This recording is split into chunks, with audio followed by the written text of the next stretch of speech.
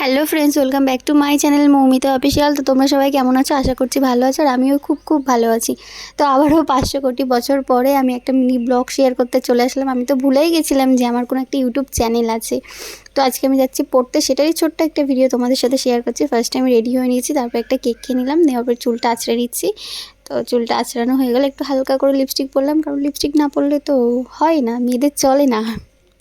তারপরে হচ্ছে আমি এই যে বেরিয়ে গেছি, যাচ্ছি মামার ট্রেনে, কিন্তু টিকিট কাটতেই হবে, কারণ মামারা কখন কোথায় কিভাবে আসে ঠিক বলা যায় না।